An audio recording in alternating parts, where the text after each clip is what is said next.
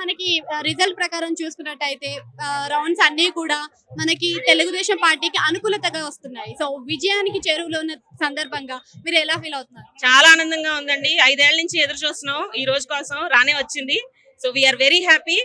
మా ఆనందానికి అవధులు లేవు. నిజం చెప్పాలంటే మీరు చూస్తానే ఉన్నారు ఎలా పండగ వాతావరణం ఉందో.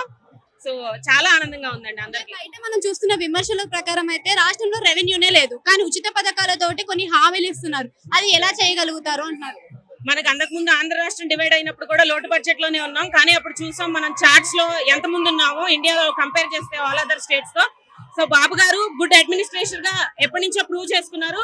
సో అదే ఆయన మ్యాజిక్ ని మళ్ళీ వర్క్ చేస్తారు. అండ్ ఇప్పుడు కూడా నెక్స్ట్ 5 years లో కూడా మన స్టేట్ ఇండియాని టాప్ చేస్తారు చార్ట్స్ అన్ని ఇండిసెస్ లో. మేము గట్టిగా బలంగా నమ్ముతున్నాం అండి.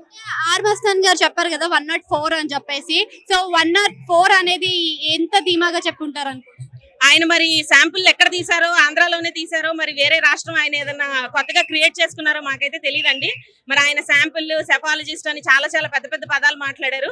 మరి ఆయన ఎక్కడ శాంపుల్ తీసుకున్నారో మాకైతే తెలియదు. మరి మేము చేసిన శాంపుల్స్ లో, మేము తీసుకున్న సర్వేస్ లో అయితే మాకు అనుకూలంగానే వచ్చాయి. అదే ఇప్పుడు ప్రూవ్ కూడా అయిందండి.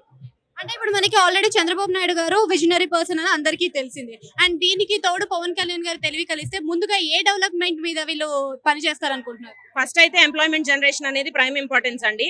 అది జనరేట్ చేయగలిగితే యూత్ కి మంచి ఎంప్లాయ్మెంట్ ఆపర్చునిటీస్ దొరికితే స్టేట్ అన్ని ఇండస్ట్రీస్ లో ముందున్నట్టే. మనం ఫ్రీ కూడా ఇవ్వాలి, సంక్షేమం డెవలప్మెంట్ అనేవి 2 కళ్ళుగా చూసుకోవాలి. సో డెవలప్మెంట్ అనేది చంద్రబాబు గారికి కొట్టిన పిండి. సో సంక్షేమం కూడా ఇప్పుడు ఆయన పెట్టిన మేనిఫెస్టోలో చాలానే ఉన్నాయి. సో 2 ఆయన బాగా చేయగలరని మేము గట్టిగా నమ్ముతున్నాం అండి. ఉచిత పథకాలు ఇచ్చి మరోసారి శ్రీలంక చేస్తారు ఆంధ్రప్రదేశ్ అనే విమర్శలు కూడా బయట వినిపిస్తున్నాయి కదా. మరి ఇంతకు ముందు బాబు గారు చేసినప్పుడు కూడా 200 నుంచి 2000 చేశారండి పెన్షన్ ని. అప్పుడు కూడా ఎలా ఏబుల్ అడ్మినిస్ట్రేటర్ గా ప్రూవ్ చేసుకున్నారు. సంక్షేమం అనేది పెరిగింది బాబు గారు ఫస్ట్ టర్మ్ లో కూడా. ఈ టర్మ్ లో కూడా సంక్షేమం అభివృద్ధి అనేది 2 కళ్ళగా ముందుకెళ్తారని మేము గట్టిగా నమ్ముతున్నాం అండి. యువతరంకి చెందిన అధినేతలు ఉన్నారు మనకి, అండ్ మనకి ఎక్స్పీరియన్స్ ఉన్న అధినేతలు ఉన్నారు. ఎవరికి ఎంత వరకు అంటే సీనియర్ నేతలకు ఇస్తారా అనుకుంటున్నారా, మరి జూనియర్ నేతలు అంటే ఇప్పుడు యువతరంలో ఉన్న నేతలకి పదవులు ఇస్తారా అనుకుంటున్నారు?